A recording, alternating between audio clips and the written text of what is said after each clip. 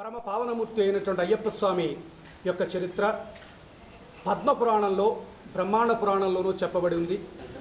అయ్యప్ప స్వామి యొక్క ఆలయం కేరళ రాష్ట్రంలో ఉండడం చేత, నీలిమల అనే పర్వత స్థానువుల మధ్యన ఉండడం చేత, 5 కొండల మధ్యన ఆ యొక్క దుర్గమమైనటువంటి కేకారణ్యంలో ఉండడం చేత, బందిపోట్లు స్వైర విహారం చేసేటటువంటి, క్రూర జంతువులు యథేచ్ఛగా విహరించేటటువంటి దట్టమైనటువంటి కేకారణ్యం అవడం చేత అక్కడ స్వామివారి ఆలయం ఉందనేటటువంటి ఆలోచన చాలామందికి కలగలేదు. ఎప్పుడో 100 సంవత్సరాల క్రితం కేరళ రాష్ట్రం ఆ యొక్క ఆలయాన్ని గుర్తించి ఆలయ ప్రాశస్యాన్ని ఆ తామ్ర శాసనాల ద్వారా, ఆ ఆలయం మీద చెక్కబడినటువంటి శాసనాల ద్వారా స్వామివారి ఆలయ వైభవాన్ని మరి వెలుగులోకి తీసుకురావడం జరిగింది. అయితే అయ్యప్ప స్వామి యొక్క చరిత్రకు ఆధారభూతుడైనటువంటి వాడు ఆ యొక్క దత్తాత్రేయ మహర్షి, లీలావతి. అయితే ఈ యొక్క అయ్యప్ప స్వామి యొక్క చరిత్ర జరగలేదు, అయ్యప్ప స్వామి యొక్క చరిత్ర పుక్కిట పురాణము అని చెప్పి చాలామంది నాస్తికులు చెబుతూ ఉంటారు. ఇందులో యథార్థం లేదు. స్వామివారి యొక్క ఆలయ ప్రాశస్త్యం చాలా పురాతనమైనటువంటిది. మన భారతదేశం కర్మభూమి, వేదభూమి, పుణ్యభూమి. వేదాలు ఇక్కడ పుట్టాయి, పురాణాలు ఇక్కడ పుట్టాయి, శాస్త్రాలు ఇక్కడ పుట్టాయి. అత్యద్భుతమైనటువంటి హైందవ సాంప్రదాయం ఇక్కడ పుట్టింది. ఆ సాంప్రదాయ పరంపరలో మనకి 18 పురాణాలు ఉన్నాయి. ఆ 18 పురాణాల్లో బ్రహ్మపురాణం ఒకటి, అందులో పద్మపురాణం ఒకటి. ఈ బ్రహ్మపురాణంలోనూ పద్మపురాణంలోనూ భూతనాథోపాఖ్యానం అనేటటువంటి అత్యద్భుతమైనటువంటి ఒక అధ్యాయం స్వామివారికి సంబంధించినటువంటి చరిత్రకు సంబంధించి ఉంది. ఈ చరిత్రలో చెప్పబడేటటువంటిది ఏమిటంటే అయ్యప్ప స్వామి యొక్క చరిత్రకు మూలాధారమైనటువంటి వాడు దత్తాత్రేయ మహర్షి. ఆయన ఈ యొక్క అత్రి మహర్షికి, అనసూయాదేవికి పుట్టినటువంటి వాడు దత్తాత్రేయ మహర్షి. అది చాలా అత్యద్భుతమైనటువంటి చరిత్ర. సంతానం లేనటువంటి ఈ యొక్క దత్తాత్రేయుడికి అత్రి మహర్షి కూడా సంతానం అత్రి మహర్షి, అనసూయాదేవి కూడా సంతానం లేనటువంటి వారు. అయితే వీరు ఎంతో అన్యోన్యంగా ఉండేటటువంటి వారు. తర్వాత చక్కగా మరి గృహస్థాశ్రమ ధర్మాలను నిర్వర్తిస్తూ చక్కగా అరణ్యంలో తపస్సు చేసుకుంటూ ఉండే ప్రశాంత జీవితం గడిపేటటువంటి అత్రి మహర్షి యొక్క భార్య అనసూయాదేవి మహాపతివ్రత. ఇలా ఉండగా కైలాస పర్వతంలో లక్ష్మీ, పార్వతీ, సరస్వతుల ముగ్గురికి కూడా ఒక వాదం వచ్చిందట. సృష్టికర్తలైనటువంటి బ్రహ్మ విష్ణు మహేశ్వరుల యొక్క భార్యలం కదా మనం, మనకంటా గొప్ప పతివ్రతలు ప్రపంచంలో ఉంటారా అనేటటువంటి ఆలోచన వాళ్ళకి కలిగింది. అప్పుడు వాళ్ళ యొక్క అహంభావాన్ని గుర్తించినటువంటి నారద మహర్షి, అమ్మా, ప్రపంచంలో పతివ్రతల గురించి తెలుసుకోవాలంటే భూలోకంలోకి వెళ్ళాలి. భూలోకంలో అత్రి మహర్షి యొక్క భార్య అనసూయాదేవి మహాపతివ్రత అని చెప్పాట. సహజంగా ఆడవాళ్ళ యొక్క నైజం ఏమిటంటే వాళ్ళ ముందు ఆడవాళ్ళని మరొక ఆడవాళ్ళని పొగిడితే వాళ్ళకి చాలా కోపం కలుగుతుంది. ఈ అమ్మలు కూడా ఆడవాళ్లే కాబట్టి, స్త్రీతత్వం కలిగినటువంటి వాళ్ళు కాబట్టి వాళ్ళకి కోపం వచ్చింది. వెంటనే పార్వతీదేవి లోపలికి వెళ్ళి ఒక బంగారు గిన్నె నిండా ఎనపగుళ్ళు పోసి ఆ ఎనపగుళ్ళలో ఉన్నటువంటి గిన్నె పట్టుకొచ్చి నారద మహర్షికి ఇచ్చామయ్యా, ఇవి ఎనపగుళ్ళు, వీటిని అత్రి మహర్షి యొక్క ఆశ్రమానికి తీసుకెళ్లి అనసూయాదేవి చేత అనపగుగ్గిళ్ల కింద ఉడికించి తీసుకురా, ఆవిడ పతివ్రతాధర్మం ఏంటో నేను తెలుసుకుంటానని చెప్పి శాసించిందిట. నారద మహర్షికి ఏం చేయాలో పాలుపోక జగన్మాత ఆదేశించింది కాబట్టి తప్పని పరిస్థితుల్లో తిన్నగా అత్రి మహర్షి యొక్క ఆశ్రమానికి వచ్చి ఆ గిన్నె పట్టుకెళ్ళి అనసూయాదేవికి ఇచ్చాడమ్మా, నేను త్రిలోక సంచారం చేసి అలసిపోయి వస్తున్నాను తల్లి, అంచేత నేను గుగ్గిళ్ళు తెచ్చుకున్నాను, వీటిని కాస్తంతా పచనం చేసి అంటే ఉడికించి పెట్టు తల్లి, నేను పక్కనే ఉన్న గౌతమీ తీరంలో స్నానం చేసి వస్తానని చెప్పి ఆయన వెళ్ళిపోయాట. నారద మహర్షి పట్టుకొచ్చి ఇచ్చేసరికి అందులో ఏముందో చూడవలసినటువంటి అవసరం అనసూయాదేవికి లేక ఆ గిన్నెలో నీళ్లు పోసి దాని మీద మూత పెట్టేసి దాని మీద పొయ్యి పెట్టి అమ్మవారికి నమస్కరించింది. తాను పూజించేటటువంటి ఆదిపరాశక్తి అమ్మకి దండం పెట్టిందిటమ్మా, నా ఇంటికి మరి ఆతిథ్యం కోసం నారద మహర్షి వచ్చాడు, ఆయనకి ఆతిథ్యం ఇవ్వడంలో ఏ విధమైనటువంటి ఇబ్బంది లేకుండా చెయ్యి తల్లి అని చెప్పి ఆవిడ చెప్పి దండం పెట్టుకుని తినగా బయలుదేరి ఆవిడ పనిలో నిమగ్నం అయిపోయిందిట. కాసేపటికి నారద మహర్షి వచ్చమ్మా, నా పాత్ర నాకు ఇప్పిస్తే నేను ఆతిథ్యం తీసుకుని వెళ్ళిపోతానన్నట్ట. ఆవిడ వెళ్ళి పొయ్యి మీద ఉన్నటువంటి పాత్ర పట్టుకొచ్చి నారద మహర్షికి ఇచ్చిందిట. మూత తీసి చూశాడు మహానుభావుడు. ఆ యొక్క గుమ్మగుమ్మలాడుతూ అందులో ఉండేటువంటి నినపగుళ్ళు కాస్త అనపగుగ్గిళ్ళ కింద కనిపించాయట. ఆశ్చర్యపోయాడు. అమ్మా, ఇందులో ఉన్నటువంటి సరుకు ఏమైనా మార్చావా అని అడిగాట. లేదు మహానుభావ, మీరు ఏదైతే ఇచ్చారో దాన్నే నేను పచనం చేశానని చెప్పిందిట ఆవిడ. చెప్పేసరికి నారద మహర్షి ఎంతో సంతోషించి తిన్నగా దివ్య దృష్టితో చూశాడు. చూస్తే యథాతథంగా ఎనపగుగ్గిళ్ళు ఆవిడ పతివ్రతాధర్మం చేత అనపగుగ్గిళ్ళ కింద అయిపోవడం గమనించాడు ఆయన. గమనించి ఆ గిన్నె పట్టుకెళ్ళి పార్వతీదేవికి ఇచ్చాట. ఆవిడ కూడా ఎంతో సంతోషించింది. అప్పుడు వెంటనే ఆ అమ్మల ముగ్గురు కూడా, లక్ష్మీదేవి, పార్వతీదేవి, సరస్వతుల ముగ్గురు కూడా తమ భర్తలైనటువంటి బ్రహ్మ విష్ణు మహేశ్వరులను ఆదేశించారు. అనసూయాదేవి యొక్క పతివ్రతా ధర్మాన్ని లోకానికి తెలియజేయమని చెప్పారట. అప్పుడు భార్యల మాట కాదనలేక ఈ యొక్క బ్రహ్మ విష్ణు మహేశ్వరుల ముగ్గురు కూడా పుష్పక విమానం మీద బయలుదేరి అత్రి మహర్షి ఆశ్రమానికి వచ్చారు. అలా వెళ్ళిపోతే వాళ్ళ యొక్క రూపాలు చూసి అనసూయాదేవి కంగారు పడుతుందని చెప్పి ఒక 8 సంవత్సరాల వయసు కలిగినటువంటి మునిబాలకుల్లా మారిపోయారట.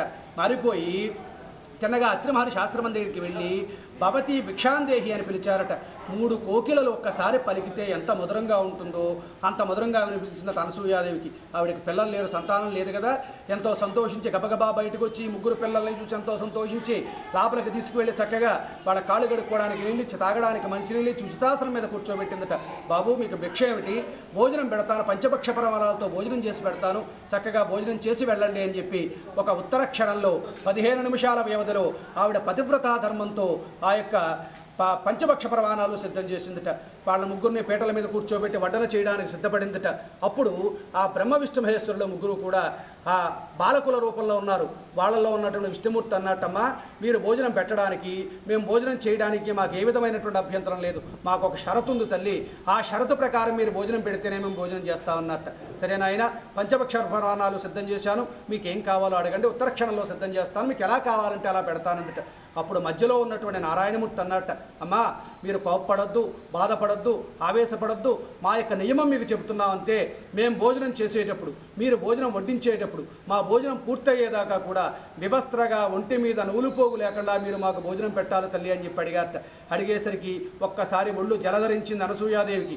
అయ్యో వీళ్ళు చూస్తే 8 సంవత్సరాల పసిపిల్లలే, వీళ్ళకి స్త్రీ అంటే ఏమిటో, స్త్రీ తత్వం ఏమిటో తెలియదు, అటువంటి వీళ్ళు ఇలా ప్రశ్నిస్తున్నారేమిటి, అసలు వీళ్ళు ఎవరు అని చెప్పి జ్ఞానదృష్టితో చూసిందట. బ్రహ్మ విష్ణు మహేశ్వరుల 3 కనిపించారు. కనిపించేసరికి ఆశ్చర్యపోయింది ఆవిడ. త్రిమూర్తులు ఏమిటి, నన్ను పరీక్షించడానికి రావడం ఏంటని చెప్పి ఆలోచించి, మాట ఇచ్చింది గనక, ఆడిన మాట తప్పకూడదు గనక ఆవిడ వెంటనే ఆదిపరాశక్తి అమ్మవారికి దండం పెట్టిందటమ్మా, నిన్ను ప్రతినిత్యం నేను పూజిస్తూ ఉన్నాను, అత్రి మహర్షిని తప్ప అన్య పురుషుడిని నేను ఎరగను, మహాపతివ్రతను, అందుచేత నా యొక్క పతివ్రతా ధర్మం నిలబెట్టుకోవడానికి నేను చేస్తున్నటువంటి ప్రయత్నానికి నాకు సహకరించు. సూర్యచంద్రులు గతులు తప్పిన ఈ బ్రహ్మ విష్ణు మహేశ్వరుల 3 కూడా 3 రోజుల పసిపిల్లలుగా, లోకజ్ఞానం తెలియని పసిపిల్లలుగా మారిపోవాలని కోరుకుందట. ఉత్తర క్షణంలో బ్రహ్మ విష్ణు మహేశ్వరుల 3 కూడా 3 రోజుల పసిపిల్లలుగా మారిపోయి లోకజ్ఞానాన్ని విడిచిపెట్టి కేరకేరమంటూ ఏడుస్తున్నారట. తల్లి పొత్తిళ్లలో ఉన్నటువంటి 3 రోజుల పురిటి పసిబిడ్డకి కన్నుగుడ్డు కూడా సరిగా తెరవలేడు. తల్లి స్పర్శ తప్ప రెండో స్పర్శ తెలియదు. ఆ విధంగా ఉంది బ్రహ్మ విష్ణు మహేశ్వరుల యొక్క పరిస్థితి. ఈ అమ్మలు 3 కూడా లక్ష్మీ పార్వతి సరస్వతుల 3 జ్ఞానదృష్టితో చూశారు.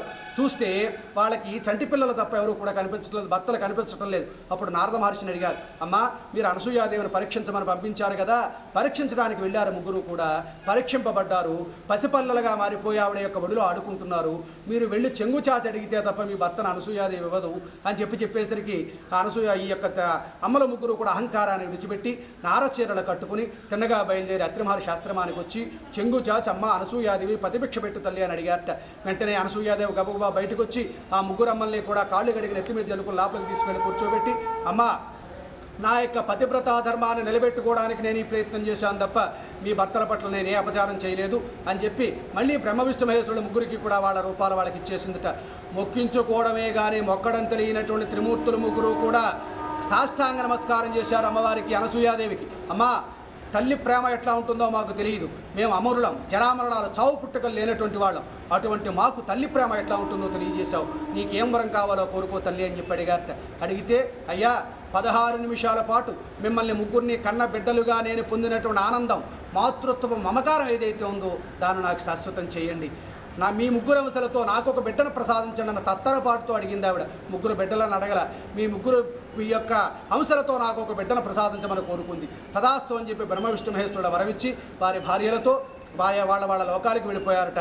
తత్ఫలితంగా 3 తలలతో ఏక శరీరంతో అత్రి మహర్షికి, అనసూయాదేవికి దత్తాత్రేయుడు పుట్టాడు. మీరు షిరిడి సాయిబాబా ఆలయాలకు వెళ్తే ఆలయం మొదటి భాగంలో 3 తలలతో ఏక శరీరంతో వెనకాల ఆవు ఉండగా 4 కుక్కలు, 4 వేదములు 4 కుక్కలుగా ఆయన పాదాల దగ్గర ఉండగా కనపడేటువంటి మూర్తి దత్తాత్రేయమూర్తి. అటువంటి దత్తాత్రేయుడు సద్గురువు. మొట్టమొదటి అవతారం దత్తాత్రేయుడు, 2వ జన్మ శ్రీపాదవల్లభుడు, 3వ జన్మ నృసింహ సరస్వతి, 4వ జన్మ అక్కలకోట మహారాజు, 5వ జన్మ ఈ కలియుగ దైవం, కలియుగ ప్రత్యక్ష దైవం షిరిడి సాయినాథుడు అని చెప్పి గురు చరిత్ర మనకు చెబుతోంది. అటువంటి దత్తాత్రేయుడి యొక్క భార్య కాలవ మహర్షి కూతురైనటువంటి లక్ష్మీ పార్వతీ సరస్వతుల అంశాలతో కాలవ మహర్షికి పుట్టినటువంటి లీలావతినిచ్చి దత్తాత్రేయ మహర్షికి వివాహం చేశారు. వివాహం అయిన తర్వాత ఆ దంపతులిద్దరికీ కూడా 8 మంది పిల్లలు పుట్టారు. వాళ్ళే అష్టసిద్ధులు.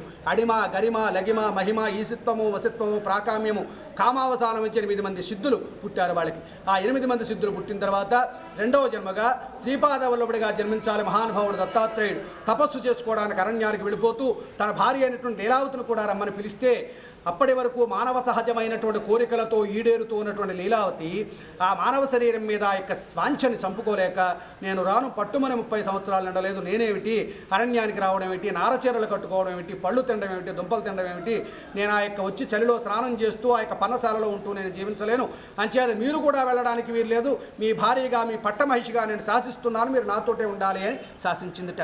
శాసిస్తే అప్పుడు దత్తాత్రేయుడు శపించాడు, పట్టమహిషిని అనేటటువంటి గర్వంతో నువ్వు వ్యవహరిస్తున్నావు కాబట్టి గేదముఖం కలిగినటువంటి దుష్ట రాక్షస మహిషపై సంచరించని చెప్పి శపించేసి ఆయన తపస్సు చేసుకోవడానికి అరణ్యంలోకి వెళ్ళిపోయాడు. అలా భర్త శాపానికి గురైనటువంటి లీలావతి మహిషిగా మారిపోయింది, గేదముఖం కలిగినటువంటి రాక్షస స్త్రీగా మారిపోయింది, రాక్షస జాతిలో కలిసిపోయింది. శుక్రాచార్యుడి యొక్క ఆదేశం మేరకు బ్రహ్మ గురించి ఘోరమైనటువంటి తపస్సు చేసింది. బ్రహ్మ ప్రత్యక్షమయ్యాడు. ఏం వరం కావాలో కోరుకోమంటే ఈశ్వరుడికి విష్ణుమూర్తికి పుట్టినటువంటి కుర్రవాడు 16 సంవత్సరాల కైలాసంలో ఉండాలి, 2వ జన్మగా భూలోకంలో జన్మించాలి, ఆ ఒక రాజు దగ్గర దాస్యరికం చేయాలి 16 సంవత్సరాలు, ఆ జన్మ బ్రహ్మచారి అయి ఉండాలి, అవేయ బల సంపన్నుడై ఉండాలి, అటువంటి వాడి చేతిలో నాకు చావును ప్రసాదించమని వరం కోరుకుందట. బ్రహ్మ తదాస్తు అని చెప్పి వరం ఇచ్చాట. ఆ వరబల గర్వంతో దేవతలందరినీ కూడా ముప్పు దిప్పలు పెట్టి 3 చెరువుల నీళ్లు తాగిస్తూ ఉంటే దేవతలందరూ చెట్టుకొకటి పుట్టకొకటిగా పారిపోతూ తిన్నగా బ్రహ్మ దగ్గరికి వచ్చి ఏమిటయ్యా మాకు ఈ పరిస్థితి అని చెప్పి వేడుకుంటే, నాయన ఎంత మంచి వాళ్ళకైనా చెడు కాలం అనేటువంటిది ఒకటి ఉంటుంది, మీకు ఇప్పుడు చెడు కాలం, మీరు భూలోకంలోకి వెళ్ళిపోండి, ఆ యొక్క దండకారణ్యంలో తపస్సు చేసుకుంటూ ఉండండి, మీ కష్టాలు కొద్ది రోజుల్లో తీరుతాయని చెప్పాట. చెప్పేసరికి వీళ్ళందరూ దేవతలందరూ కూడా తిన్నగా నైమిసారణ్యానికి దండకారణ్యానికి వచ్చేశారు. చెట్టుకొకటి పుట్టకొకటిగా తపస్సు చేసుకుంటూ ఉన్నారట. ఆ సమయంలో పద్మాసుడైన రాక్షసుడు ఈశ్వరుడు గురించి ఘోరమైనటువంటి తపస్సు చేశాడు. తల్లకిందులుగా కొన్ని వందల సంవత్సరాలు తపస్సు చేశాట. అప్పుడు ఈశ్వరుడు ప్రత్యక్షమయ్యాడు.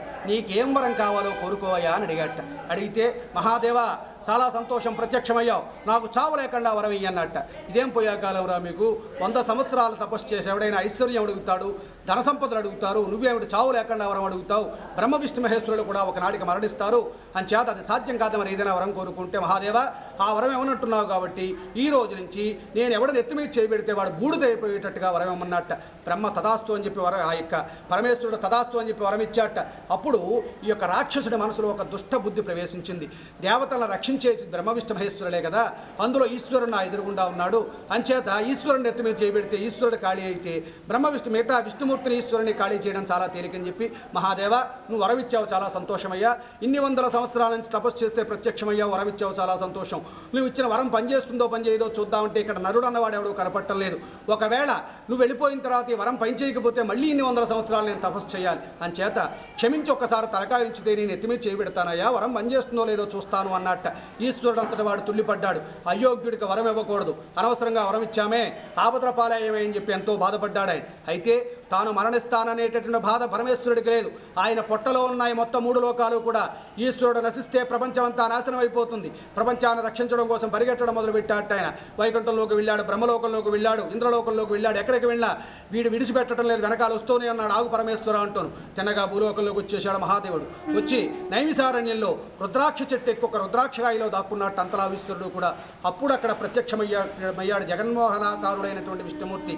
ఒక 16 సంవత్సరాల అందమైనటువంటి అమ్మాయి రూపంలో ప్రత్యక్షమయ్యాట. సహజంగా రాక్షస జాతంతా కూడా ఆడదాని వల్లే రచించిపోయింది. ఇప్పుడు ఈ పద్మాసుడు కూడా అదే గతి పట్టబోతోంది. ఎప్పుడైతే తన ముందు 18 సంవత్సరాల వయసు ఉన్నటువంటి అందమైన అమ్మాయి నిలబడిందో తన వచ్చినటువంటి పనిని మర్చిపోయి, అమ్మాయి ఎవరు నువ్వు ఇక్కడ ఎందుకు ఉంటున్నావు, నీ మనసులో ఉన్నటువంటి కోరిక ఏమిటి, నీ తల్లిదండ్రులు ఏమిటి, నీ ఊరేమిటి, నీ పేరేమిటి అని చెప్పి కుశల ప్రశ్నలు వేయడం మొదలుపెట్టాట. అసలే విష్ణుమూర్తి నయగారాలు పోయేటటువంటి వాడు, జగన్మోహనాకారుడు, అందులో అందమైనటువంటి అమ్మాయి రూపంలో ఉన్నాడు.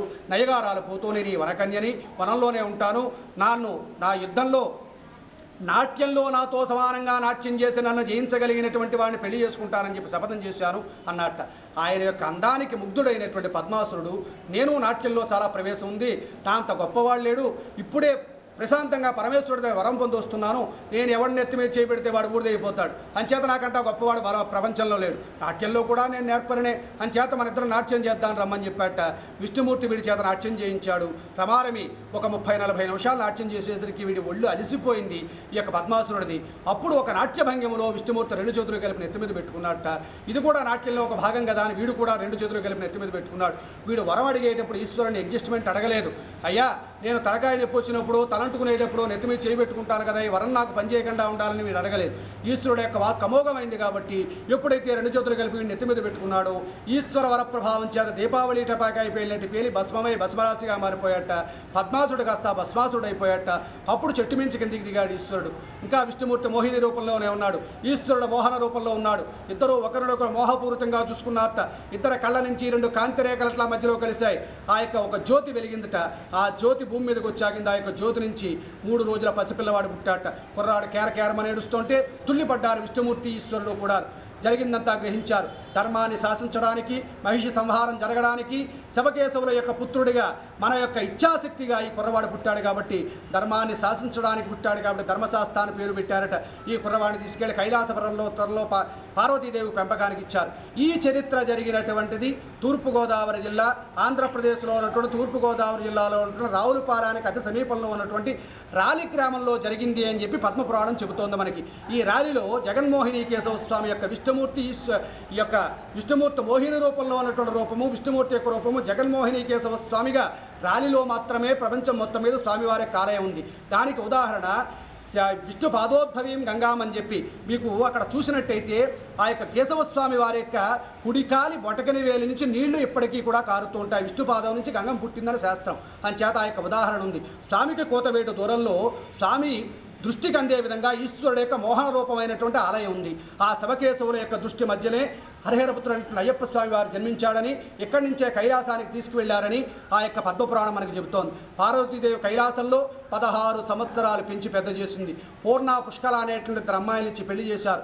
ఆ సమయంలో నారద మహర్షి వచ్చి చెప్పాడు, మహిషి సంహారానికి ఈ కుర్రవాడు పుట్టాడు కదా, మీరు వివాహం చేసి అతన్ని వివాహ బంధంలో ఇరికిస్తున్నారు, ఇతడు బ్రహ్మచారి అయి ఉండాలి, ఇదేమిటని అడిగితే, 2వ జన్మలో బ్రహ్మచారి కదా, అందుచేత ఈ వివాహం ఇక్కడ రాగుతోందని చెప్పి సప్తపది అయిన వెంటనే నీలలోహిత ధారణ నల్లపూసలు కట్టిన వెంటనే ఆ అమ్మాయిలిద్దరినీ కూడా తన దగ్గర పెట్టుకుని పార్వతీదేవి ఈ కుర్రవాడిని మళ్ళీ 3 రోజుల పసిపిల్లవాడిగా మార్చి పందల రాజ్యానికి తీసుకొచ్చి పంబా నదీ తీరంలో ఒక వటపత్రం మీద పడుకోబెట్టి మెడలో ఒక మణిమాల వేసి ఆ స్వామికి ఒక నాగేంద్రుని కాపలా ఉంచి ఆవిడ వెళ్ళిపోయింది. అలా వెళ్ళిపోయే సమయంలో శనేశ్వరుడు స్వామిని చూడడం జరిగింది.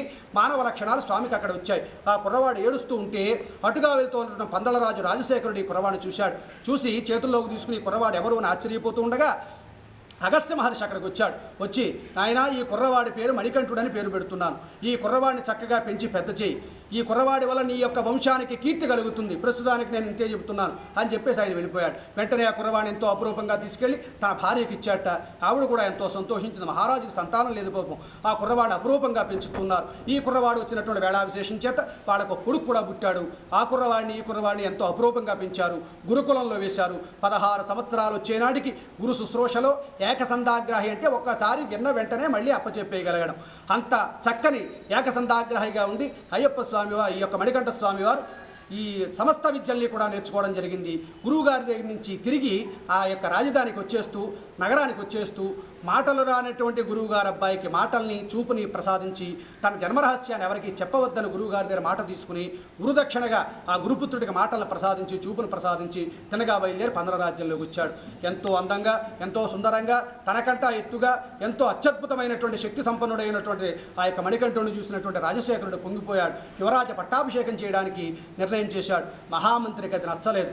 అరణ్యంలో పుట్టినటువంటి వాడు, కులగోత్రాలు లేనటువంటి వాడు రాజు అవడం ఏంటని చెప్పి ఈర్ష్యతో మహారాణి యొక్క మనసు కలుషితం చేసేశాడు. మహారాణి దగ్గరికి వెళ్ళమ్మా, మీ గర్భవాసాన్ని పుట్టినటువంటి కొడుకుండగా అరణ్యంలో పుట్టినటువంటి వాడు, అడవిలో పుట్టినటువంటి వాడు, కులగోత్రాలు లేనటువంటి వాడు ఏమిటమ్మా రాజు, ప్రజలందరూ బాధపడుతున్నారనేసరికి సహజంగా గర్భవాసం మీద ఉండేటువంటి ప్రేమ మహారాణి యొక్క మనసు కూడా మారిపోయింది.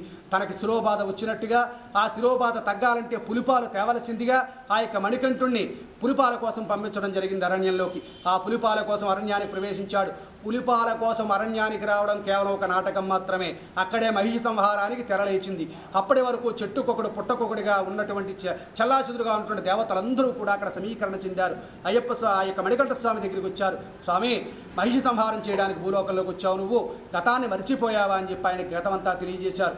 ఆయనంతో సంతోషించి వెంటనే కర్తవ్యాన్ని పూని దేవతలు ఇచ్చినటువంటి అస్త్రశస్త్రాలు తీసుకుని మహిషిని యుద్ధానికి పిలిచి యుద్ధం చేయడం మొదలుపెట్టాట. ఏ ఆయుధము కూడా మహిషి మీద పనిచేయటం లేదు. ఏం చేయాలో అర్థం కాలేదు ఆ యొక్క మణికంఠుడికి. అప్పుడు తన తల్లి తన మాతృస్వరూపిణి అయినటువంటి పార్వతీదేవిని స్మరించాట. ఆ జగన్మాత ప్రత్యక్షమై 18 శక్తి ఆయుధాలను స్వామివారికి ఇచ్చిందట. ఆ 18 శక్తి ఆయుధాలతో 18 రోజులు ఘోరమైనటువంటి యుద్ధం చేసి 18వ రోజున మహిషిని సంహారం చేశాట ఆయన. ఆ మహిషి సంహారం జరిగిన తర్వాత దేవతలు పుష్పవర్షాన్ని కురిపించారు.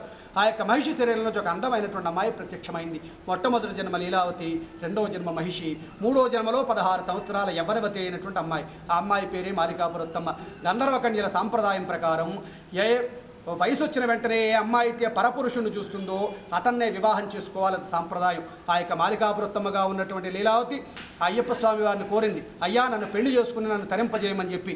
అప్పుడు ఆయన భూలోకంలో నేను 16 సంవత్సరాలు మాత్రమే ఉండాలి, ఈ 16 సంవత్సరాలు బ్రహ్మచారిగా ఉండాలి, నిన్ను వివాహం చేసుకోవడం సాధ్యం కాదు, అయినప్పటికీ నీకు ఒక వరం ఇస్తున్నాను, ఇక్కడికి కొంత దూరంలో నాకు ఒక ఆలయాన్ని నిర్మిస్తారు, ఆలయంలో నన్ను దర్శించడానికి ఏటా కోట్లాది మంది భక్తులు వస్తూ ఉంటారు. అలా వచ్చినటువంటి వాళ్ళల్లో మొట్టమొదటిసారి మాల ధరించి దీక్ష చేసినటువంటి స్వామిని కన్యస్వామి అంటారు.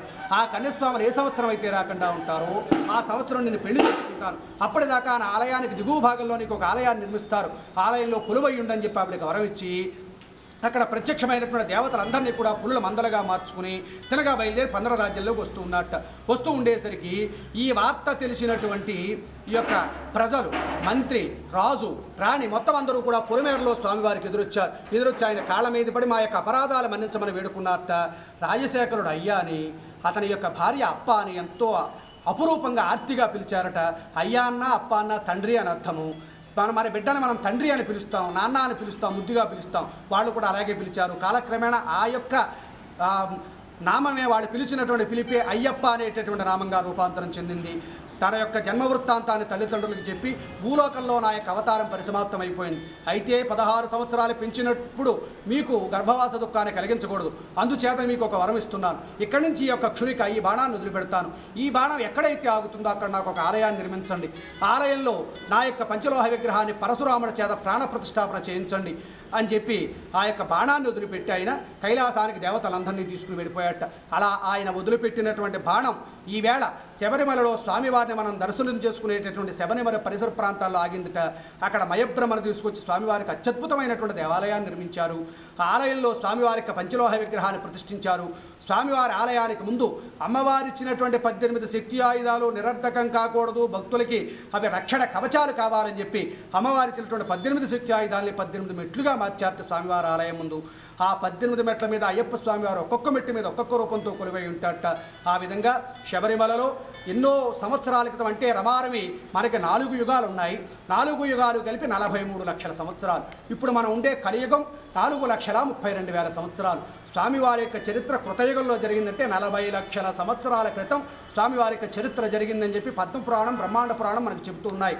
అయితే మరి రాష్ట్రం కాని రాష్ట్రం అవడం చేత, భాష కాని భాష అవడం చేత, అది కేరళ రాష్ట్రంలో పర్వత సాగుల మధ్యన దట్టమైనటువంటి కీకారణ్యంలో ఉండడం చేత స్వామివారి ఆలయం అక్కడ ఉందని ఈ యొక్క శబరిమలలో ఉండేటి కేరళ పరిసర ప్రాంతాల్లో ఉండేటువంటి వాళ్ళకి తెలియడానికే చాలా కాలం పట్టింది.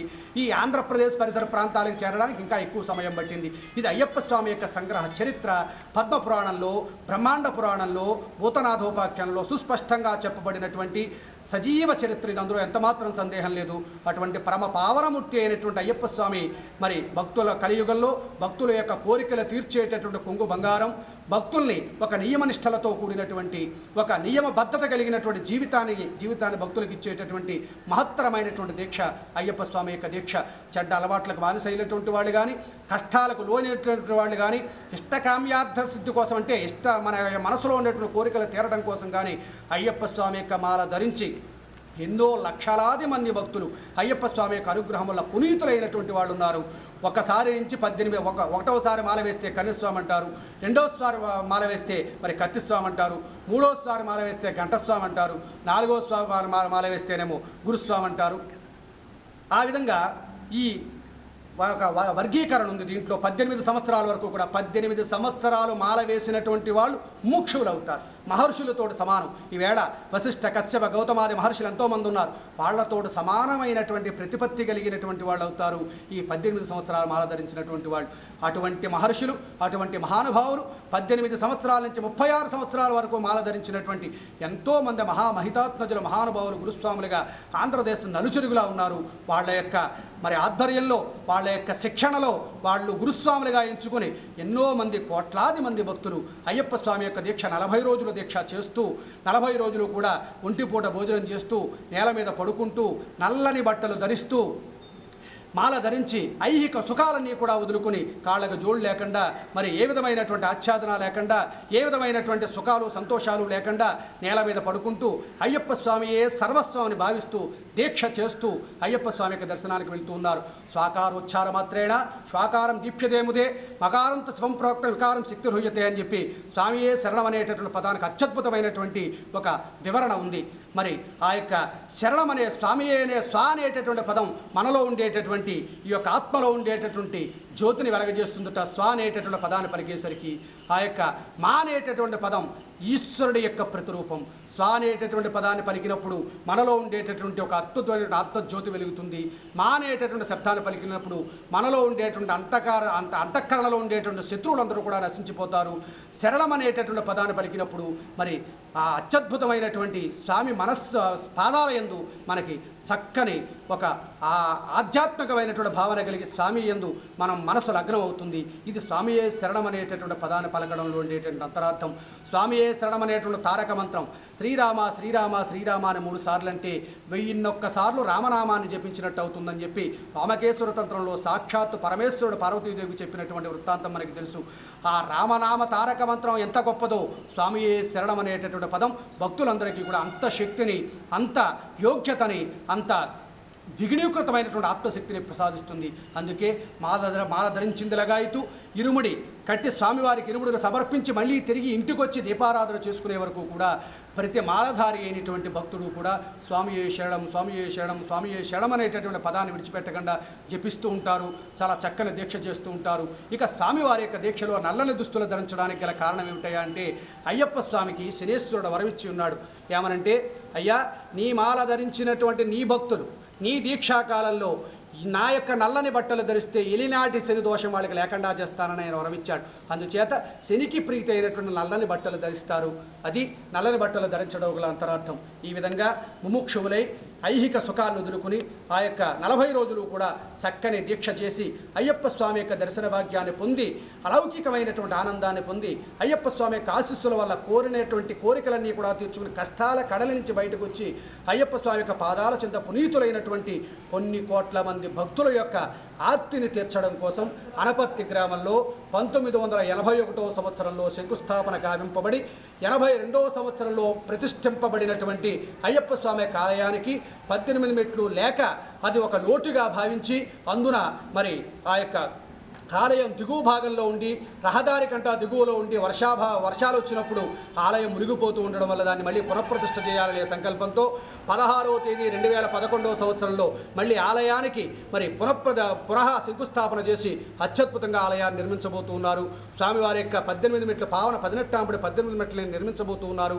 స్వామివారి ఆలయాన్ని పునఃప్రతిష్ఠ చేయబోతున్నారు. స్వామివారి ఆలయంలో ఉన్నటువంటి ఉపాలయాలన్నీ కూడా పునఃప్రతిష్ఠ చేయబోతున్నారు. శబరిమల నమూనాని పూనినటువంటి ఒక అద్భుతమైనటువంటి ఆలయాన్ని ఇక్కడ నిర్మించబోతున్నారు. ఆంధ్రదేశంలో ఉండేటువంటి భక్తుల సౌకర్యార్థం భక్తులు స్వామిని దర్శించి తరించాలనే సంకల్పంతో చేస్తున్నటువంటి బృహత్ ప్రయత్నానికి రమారమి 3 కోట్ల 4 కోట్ల రూపాయల దాకా ఖర్చు అయ్యేటువంటి అవకాశం ఉంది. బృహత్ ప్రణాళిక, ధనంతో కూడుకున్నటువంటి పని. ఈ కలియుగంలో ధనం లేనిదే ఇది కూడా జరగదు. ధనమూల మిదం జగత్తని. ఆఖరికి భగవంతుడి కార్యక్రమానికి కూడా ధనం అవసరమవుతుంది. భక్తికి ధనం అవసరం లేదు, కానీ ఆ యొక్క భక్తికి సంబంధించినటువంటి ఆలయం శక్తితో నిర్మించడానికి ధనం కావాలి. కాబట్టి ప్రధానులైనటువంటి భక్తులు ఇప్పటికే విరాళాలు కొంత చేకూర్చి ఉన్నారు. ఇంకా దేశాంతరంలో, ఖండాంతరాల్లో ఉన్నటువంటి ప్రవాస భారతీయులైనటువంటి భక్తులందరూ కూడా ఈ అయ్యప్ప స్వామి యొక్క మహత్యాన్ని, శక్తిని గుర్తించి స్వామివారి ఆలయం అత్యద్భుతంగా పునర్నిర్మింపబడడానికి, ఎందుచేతనంటే ఆలయాలు నిర్మించినప్పుడు ఆలయం ఎన్ని వందల సంవత్సరాలైతే భక్తుల చేత పూజింపబడుతుందో, ఎన్ని వందల సంవత్సరాలైతే ఆ యొక్క భక్తుల యొక్క అభిష్టాన్ని భగవంతుడు నెరవేరుస్తూ ఉంటాడో, అన్ని సంవత్సరాలు ఆలయ దాతలు ఆ యొక్క దాతల యొక్క వంశం అభివృద్ధి చెందుతూనే ఉంటుంది. అందుచేతే మహారాజులు ఆలయాలు కట్టించారు, మహారాజు ఆలయాలు పునరుద్ధరించారు.